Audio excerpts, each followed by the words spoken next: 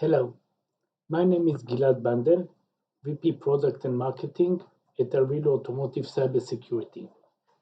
Today's subject is the future of connectivity and the associated in-vehicle cybersecurity. This is a major item and you should know your rights about it. We subtitled this presentation as Fighting on Two Fronts due to the fact that the major component that we're going to speak about needs defense from two directions, and we shall speak about this in a moment. Looking at the agenda for today, and as you see, it is a bit military oriented. We're going to speak about the influencing factors of the connectivity and the industry today in terms of cybersecurity, strategies that need to be applied before we address the issue of cybersecurity. We shall speak about two specific items. The first one, we call it Homeland Security. This is the basic protection of the most inner parts of a vehicle, of an ECU. And fighting on the two fronts, this is the component which is being attacked from two directions, and we need to defend it accordingly. Next, we're going to speak about the embedded positions, how we can defend. I shall give you some decisive tactics that I hope will assist you in creating a better and protected vehicle. And we shall conclude this session with a debriefing and summary of the things that we spoke about them today. Before we commence, let me give you a few words about the company that I work for. Arilou Automotive Cybersecurity was established back in 2012. That means one of the first companies in the field, pioneers and technology leaders. The company was founded by two veterans of the Israeli Defense Forces, Cyber CAR, which came with a lot of knowledge and experience in this field. In 2016, the achievements of the company were acknowledged, and a global automotive software supplier, the NNG Group, acquired Arilou as the cybersecurity branch. We are now a proud member of this group. Looking at the portfolio and offering of the company, the major product line is the Sentinel product line, which is a firewall and intrusion detection, intrusion prevention system, IDS and IPS. Looking at a few members in this family, the flagship is the Sentinel ETH, the IDS and the IPS for automotive Ethernet, which is the emerging technology and network connectivity used in vehicles today and in the future. Sentinel CAN is the IDS and IPS for CAN bus and with its associated SAE-J 1939 protocol used for commercial vehicles. In addition, we also provide a secure boot for ECU and professional services, namely ISO SAE 21434 Consulting for Compliance and TARA, which stands for Automotive Threat Analysis and Risk Assessment Service.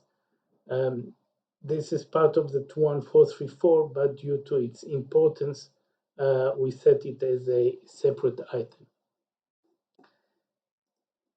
So let's start speaking about the subject that we're going to concentrate on today. We're going to address the IVI. IVI is the in-vehicle infotainment. This is the multimedia system that you have on your dashboard with all the music and applications. We call it IVI. We're going to speak about its cybersecurity. We selected this device because it is a connected device, both to the cellular and to the vehicle, and it is representing very well the vehicle. Let's start by looking at a few influencing factors on the industry and as a whole. So, the automotive industry is trying to get better and better by the day. New features, new capabilities make life easier for us and safer. So we have a connected vehicle. The connected vehicle is safer to drive, um, and obviously makes the driving experience a better one and a more comfortable one. All this comes at a price, and the price is the fact that the cyber risk rises, namely the safety of the vehicle, its reliability, and privacy. So attackers might try to cause an accident, endangering lives, causing damage to property, hurt the reliability of the vehicle. For example, it won't switch on in the morning, or it won't drive in the on the speed or direction that you want it to drive. And privacy. Privacy means that private information stored in the vehicle might be compromised and made public. Those things, we don't want them to happen. So the industry understands the risks and takes measures to prevent it. Um this is done by professionals, by responsible cyber groups, and so on. In addition, and as a major influencer on the industry, comes in regulation. Regulation requires OEMs to comply with a set of rules before they get a certificate that they can sell the vehicle. Um, for example, the UNEC regulation, worked by WP29, now called UNR 155, will come in effect in many countries in 2022 for new vehicle types and 2024 for all new vehicles. So regulation is a major influencer in this industry and drives OEMs and tier ones into complying with standards and raising the cybersecurity protection level. We shall take the IVI, the in-vehicle infotainment system protection for homologation as an example, because it can represent very well and visualize um how the system should look like and how we should protect a vehicle. So let's look at the strategy. The strategy is how we plan our work. Then we can work our plan. So, in order for an OEM to comply with the regulation, they need to follow a procedure. Um, Tier ones need to follow this procedure so they can sell their ECUs and their components to the OEM. To make this happen, there is a standard that if you follow the standard, then you can provide evidence and proof that you are working according to the requirements of the regulation, mitigating the risks described by the regulation. So now we need to follow this standard. The ISO SA 21434 is a cyber security standard uh, that defines what should be the process. So OEMs and tier ones or anyone that develops software should follow to meet the requirements. So first of all, we need to make clear that this is not a one-time event. This is something that needs to be done in a circular fashion. It starts from the conception of the auto, of the vehicle, um, all along the way its life cycle, and even after the last vehicle of a type was manufactured, still at least 15 years afterwards, the OEM needs to update the security and protect the vehicle. So this is a circular process that you need to go with again and again and again all over the life of the vehicle. Out of the standard, I shall emphasize just a few items. We can speak separately for a long time about the standard as a whole. So a few items to note. Cybersecurity culture. This is the human factor. Tier ones and OEM need to grow and train and drill internally all the employees so they are aware about the cybersecurity risks and know which measures need to be taken So the vehicle and the software and the ECUs and the components they manufacture and developed are cybersecurity protected. So this is a requirement by the standard. Let's jump to the TARA, threat analysis and risk assessment. This is a heavy process that I'm going to discuss separately in the next slide, in which we explain how we prepare a report based on this process. One of the outcomes of the process is the CAL, Cybersecurity Assurance Level, which determine what kind of measures need to be taken protecting a component or individual device. There are more items that for now I shall skip, but in general, we need to understand that this is a process that needs to be followed by the software developer, so the vehicle will be certified as a safe one. So let's look a bit on the TARA. The TARA is a process in which we take two steps. The first step is to document the system. So we need to look at the organization and the asset that we're going to protect, for example, an ECU. And we need to understand what are the risks, what are the weak points, what are the strong points, what exposures, what vulnerabilities are there. And we need to sort them by severity and probability so we understand which are the most important ones to address. Once we have this list, we can plan how to minimize the risk, how to reduce the chances of someone inflicting damage. And for this, we have quite a few tools like cybersecurity architecture, intrusion detection and prevention, endpoint protection, cloud security, and many, many more. And since the budget is restricted, we shall take only or we shall prioritize first the items which are more severe. That means that the risk is very high and the probability is very high. And then we're going to protect those things. And then, according to priorities, budget, and resources, we're going to work our way to the less severe cases. So the bottom line of the TARA is a plan how to do risk minimization. One of the outputs is the CAL, cybersecurity assurance level required for each component. So those of you who are familiar with the ISO 26262 standard that speaks about functional safety, this is exactly the same thing. So there we have something which was called ASIL A, B, C, and D. Here we have CAL 1, 2, 3, and 4.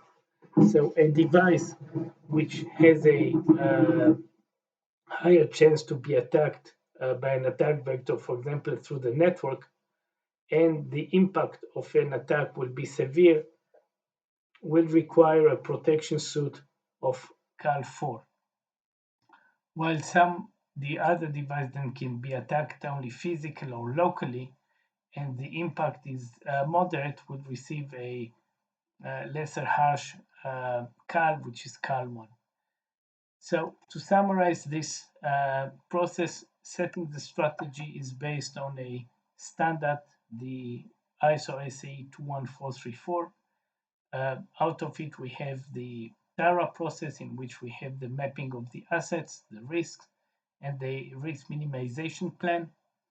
Another item is the CAL, cybersecurity assurance level, which define what type of protection suit we need to apply to each of the assets based on the risks and the chances that this thing will happen. So now let's look at a few examples of how to protect the vehicle and how to protect ECUs. The first one, we call it Homeland Security.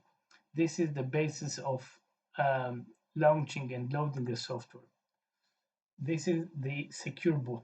So let me first explain how it works, what are the risks and what are the solutions.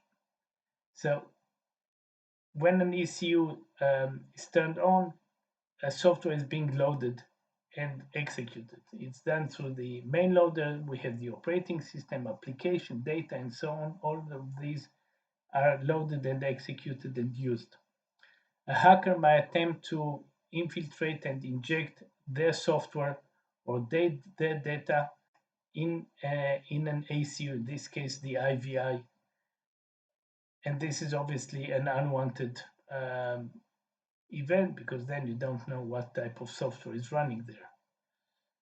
We have other effects such as infringement of digital data rights, digital rights. This can be done by using pirate software, which is unlicensed, or, for example, copies of maps, which were not acquired legally. So our target is to make sure that only the software which was meant to be there, original and authenticated, is being used by the IVI. So we have inside the microcontroller a bootloader. This is called the ROM micro bootloader. It also has a root of trust where it stores a few secrets like keys. This micro bootloader is very limited in functionality and can mainly authenticate one piece of software. That piece of software is the Arilou Secure Boot, for example. So once the Arilou Secure Boot is authenticated, it starts to authenticate the main firmware. So there it authenticates the main bootloader, the operating system, the application, data, modules, and so on. So this way we create a chain of trust that starts with the micro bootloader, goes through the Arilou Secure Boot, all the way to the firmware, main bootloader, operating system, and so on. This ensures that the version of the software that is executed and runs inside the IVI is the one that the OEM meant to be there. So this is one example of how to protect a vehicle. Let's look at our major component for today, fighting on two fronts, the IVI itself. So let me give you a short story which is depicted here on the slide. We're speaking about an event that occurred on March 21st, 1801, while the 28th Regiment, this is the North Gloucester Regiment of the British Army, fought a fierce fight outside of Alexandria, Egypt. During this battle, the French cavalry broke through the British lines, formed up behind the regiment, and began to charge both sides of the line simultaneously. So in this case, the regiment was under attack from two directions, from the front and from the back. Still heavily engaged to the front, the order came, rear rank 28th, right about face. And then, in two ranks, back to back, the regiment successfully defended itself. So this story very much applies to us today, because the IVI is connected to two networks. From one side, it can be attacked through the cellular network, and it is also connected to the in-vehicle network, IVN, and it can be attacked from the vehicle IVN. So it can become a victim, it can be used as a gateway. There are many scenarios that we're going to speak in a second. But important to understand and to remember that the IVI is connected to two networks, the cellular network and the in-vehicle network. Both of them pose a risk to the IVI. So here in this case, we can see the cloud or a laptop of an attacker using the internet and going into the IVIs through the cellular network. In this case, an LTE, it can be 5G, whatever. So from here, either the IVI itself becomes a victim or it is used as a gateway to attack the in-vehicle network, namely, in this case, the CAN bus with its ECUs. This is not the only attack scenario, the attack vector. It can also go the other way around, in which a compromised ECU in the vehicle is using the IVI to attack things back on the cloud. So those are two cases. The most common one is obviously attacking into the vehicle, but we cannot disregard the other way around. Looking at the other side, we have the in-vehicle network. The in-vehicle network can be a victim subject of the attack. So in this example, the attack goes through the cellular and the IVI into the CAN bus and to a victim ECU. And it can go the other way around. It can originate from an ECU, and then the IVI itself can be attacked or can be used as a means to reach the cellular network. So this is the case in which the IVN can be used either as a means to reach a victim ECU, or a attacker VECU can use the CAN bus to attack the IVI, or using the IVI attack the cloud through the cellular interface and the internet. So we saw here two cases. There are more cases. Going briefly, depending on the architecture and the type of ECUs used. In the first case here on the left, we have an Ethernet, automotive Ethernet network inside the vehicle. So the IVI is connected to the cellular network. The IVI on the in-vehicle network is connected to a gateway with a switch, and can be used to attack an internal ECU behind the gateway. Case number two, uh, in this case, the gateway is connected directly to the cellular. So this is a connected gateway which has a cellular modem, and it is using CAN bus on the in-vehicle network. So the attack would originate from the cloud through the gateway into the IVI. Now, either the IVI is the victim, or it is used as part of the kill chain to attack another ECU. So we found here a vulnerability, and we're using this vulnerability to attack another ECU. Looking at case number three, in this case, the IVI itself is equipped with an Ethernet switch. So in this case, the attack, which originates from the cloud, goes through the IVI, and since the IVI has already a switch, this can be part, for example, of a domain controller, which is a more more powerful ECU. It can go directly in the token ECU. Can be, by the way, an actuator or a sensor, not necessarily a full ECU. So there are many cases here that we can consider. We saw here that there are quite a few scenarios that we mentioned regarding attack scenarios, all of them depending on the intention of the attacker, the architecture of the vehicle, the connectivity, and so on. We need to remember that there are additional connectivity issues. We're going to mention two, but there are more of them, and we're going to just mention them as a note. So there is a Bluetooth interface in the vehicle that is used for connection between the mobile phone and the IVI. Through the Bluetooth, there can be this attack service can be used as an attack vector, attacking the IVI. So from the phone, through the Bluetooth, you can reach the IVI. The Wi-Fi can also be used. Two scenarios. Scenario number one, the IVI launches a hotspot through which everyone in the vehicle can access the internet. Or the other way around, one of the phones in the vehicle open a hotspot, and the IVI connects to that hotspot, and now you have another way to attack the IVI. And there are many more that we did not mention today, such as GPS and tire pressure measurement system and so on. All of those can be used as attack vectors. Now, this is not theory.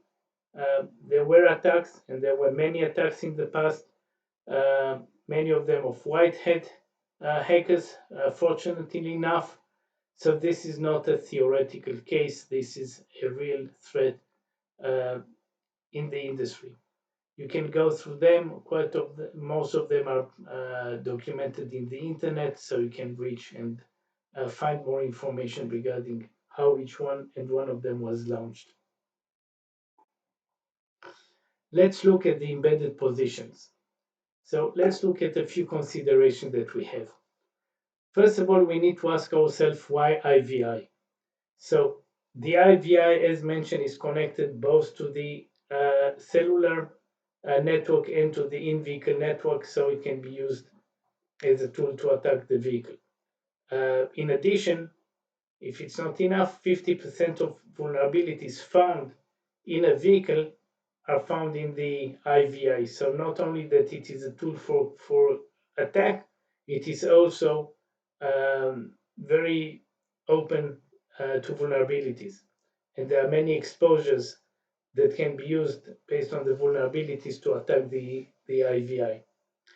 One of the reasons this happens is due to the fact that this is a piece of software, large piece of software, which was developed over many years with many versions, multiple layers of code, many patches. All of them spell bugs, and bugs means a vulnerability, which means exposures, which means can be used part of an attack vector. The boot sequence might not necessarily be a secured one, so it can be used to load an unsecured flash or an embedded malware that was planted by a hacker. Access to the storage and tampering with it, if it's not a secure storage, then it can be modified and you really don't know what you're running after the hacker was able to plant the malware. Another source of concern is the update process, the firmware update. Uh, this needs to be done in a secured fashion. If it's not done in a secure fashion, then you can end up with downloading a piece of code which is not the authenticated, not the original one, and can do damage, havoc, like allowing remote access, remote control to a vehicle, uh, since this is the hacker piece of code and not the original one.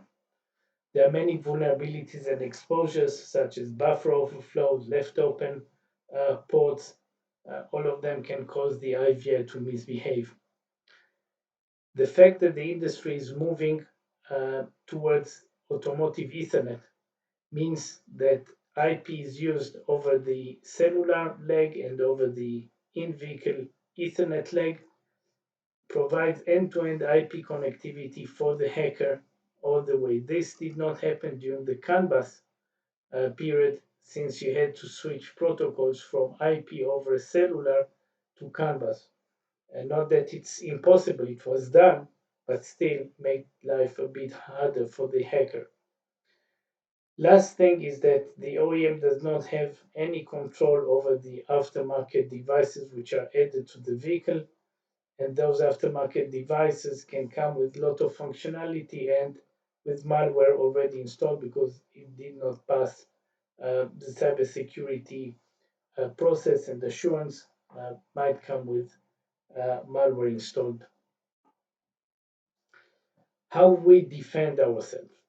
So a few things that need to be taken into consideration and the reason why we should protect the IVI. Uh, this is the most targeted ECU, as we said before. If it was on CAN bus, then the attacker needs to switch protocol.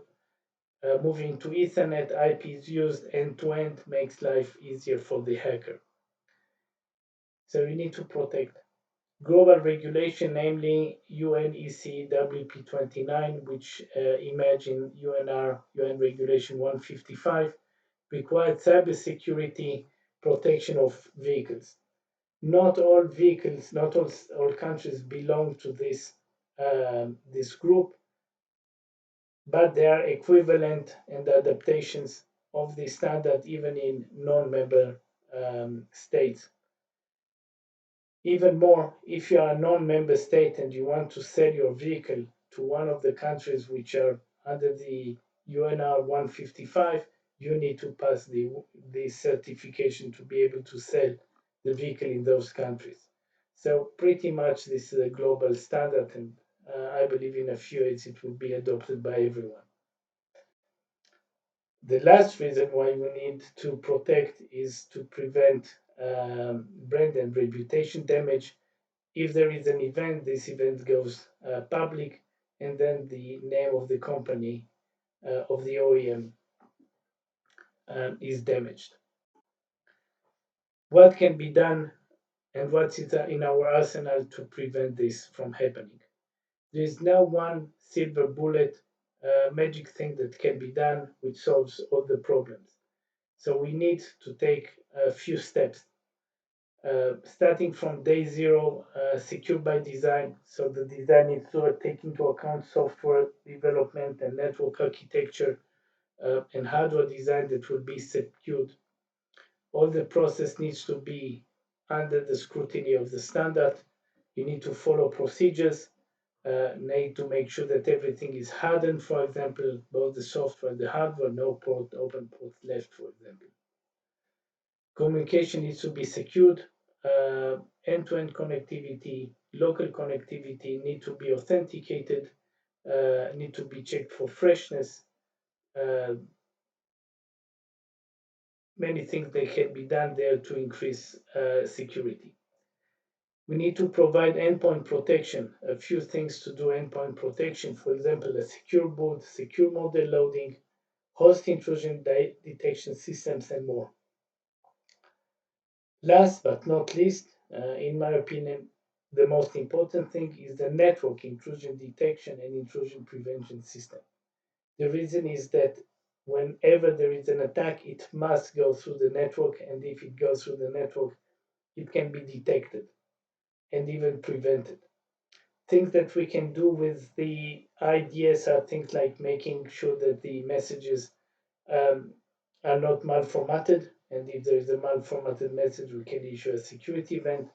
We can look at values range, for example. So if you see that you are doing 1000 kilometers per hour, this cannot happen. If we see that there is a sudden change in a value, which physically cannot happen, for example, we are doing 10 kilometers per hour and 20 milliseconds later, we are doing 100 kilometers per hour, someone tampered with the values. If we see a periodic message which should appear every 20 milliseconds and suddenly we see it after 7 milliseconds, that means that someone tried to inject that message in the wrong time. We're looking for correlation between signals. So if you are doing 100 kilometers per hour, then we expect your wheels to rotate at a certain rate. And if that rate is one rotation per second while you are doing 100 kilometers per hour, this cannot happen. And again, we understand that something very wrong happened. We look at the vehicle context. So rules are function of the current vehicle context. So if you are in parking mode, you can do 30 kilometers backwards and up to, let's say, 10 kilometers uh, going forward. But you cannot be doing 100 kilometers forward if you are in reverse. And then we understand that this is a cyber event. We can also monitor authentication failures, media address control issues like wrong MAC address, wrong IP address, wrong binding between MAC address, IP address, physical port. We can also look at denial of service cases such as excessive message rate, trying to saturate the bus. So those are some of the many things that we can do with the intrusion detection and intrusion prevention system. Let's look a bit on the tactics. So let me give a few words about the difference between an IDS and an IPS. An IDS is a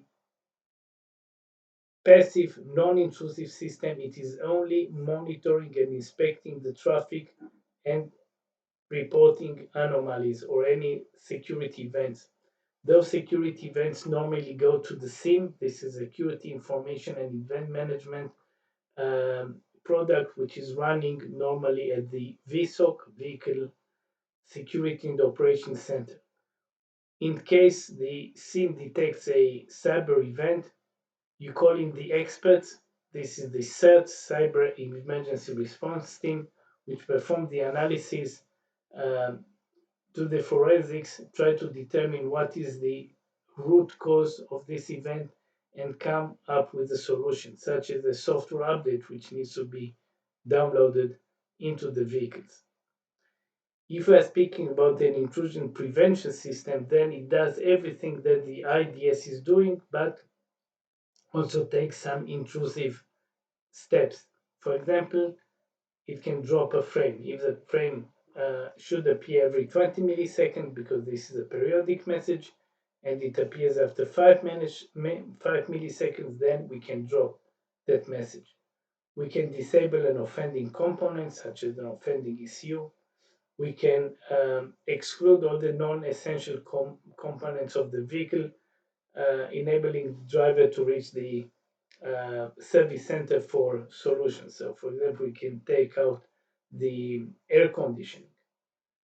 One might claim that air conditioning is essential, but still you can drive without the air conditioning. So this way we minimize the risk of attack. Let's look where we would plant our intrusion detection and intrusion prevention system. So it's all depending on the architecture.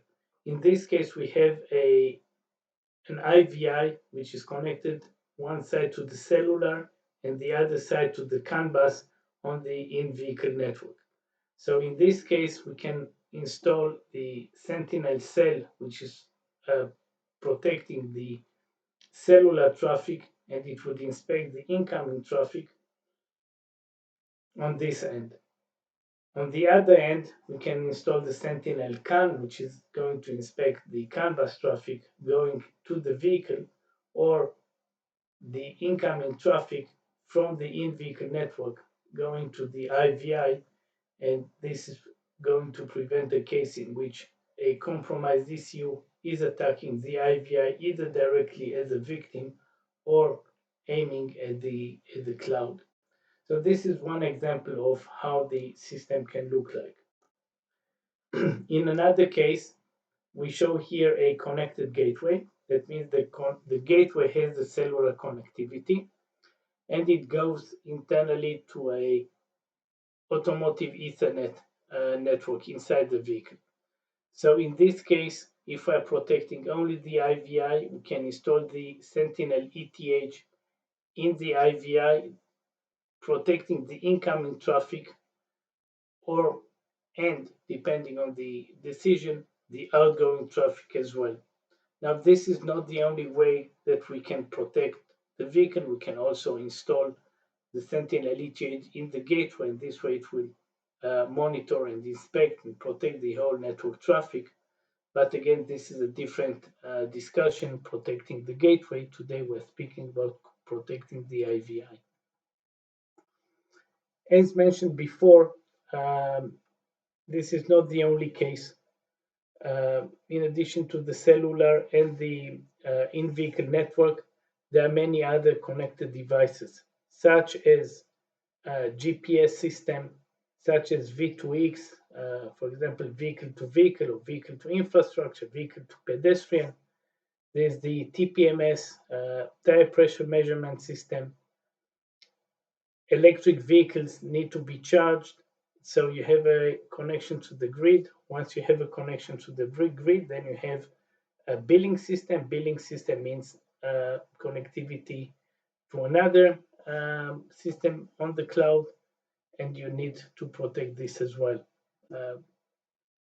Onboard diagnostic protection is another source of attacks, and there are many more. So I'm not going to speak about all of them today, but the important thing that you need to remember is that there is more than one attack scenario here. There are many other devices. What can be done?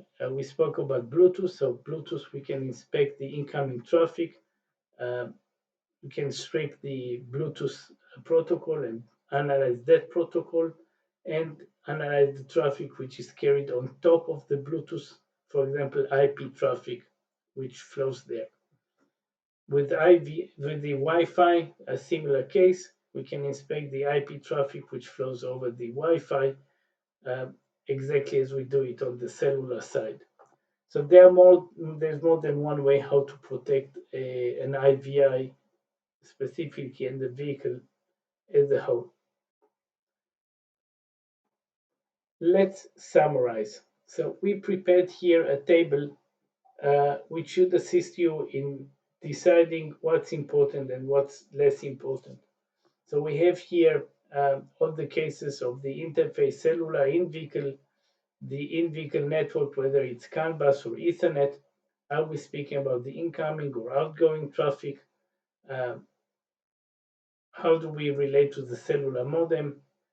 How do we relate to detection and prevention? Where the implementation is done, either in the IVI or in the gateway. And finally, the importance of protecting that interface. So it starts with critical, very high, high, and low. So this is a tool need to be adapted to the specific implementation and vehicle architecture. We would be more than happy to hold a demonstration, but unfortunately, time does not allow to do it here today.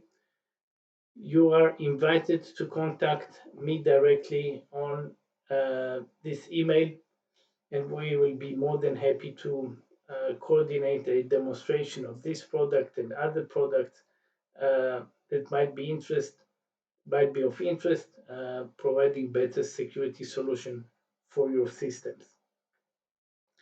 A few take-home messages. This is, from my perspective, the most important slide. So tier ones and OEMs need to implement the cybersecurity measures, and there is no one way. It needs to be a combination of a few things. Focusing on the IVI because this is a dangerous issue, but all the other components need to be protected as well. You need to employ more than one system. There is no one way to protect the system. So you need to come with a defense in depth approach of a multi-layer protection mechanism, which is going to protect the ECU and the vehicle from different attack scenarios. And since every line of defense might be breached, you need to have a second and third line of defense. So if the first one is breached, then the second or the third one will hold. Many methodologies can be employed, starting for secure by design, which is a must. You can use network segregation, setting apart the connected ECUs and separating them from the safety related ECUs. Uh, the software development lifecycle needs to be a secured one. You must verify the supply chain to make sure that they comply with the standard and they don't bring any malware into the vehicle. We spoke today about two cybersecurity components. One of them is the secure boot, which authenticates the origin of the software and data that you're using, and the IDS, namely specifically the network IDS, which is the only dedicated, devoted, and independent component aimed at the vehicle cybersecurity protection. And this is the reason why it's so important, because in other devices, you do have cybersecurity, but it's not the only thing that the device is doing. Please visit our website. We have there a lot of material, white papers, white papers, blogs, articles, and videos that I think can be of value. Also, please follow us on LinkedIn. We publish regularly new items, new insights that I'm sure can create value for you. So please follow us on LinkedIn. Thank you very much for your attention. It was a real pleasure and honor to be here today, and I hope to see you soon with a coming occasion.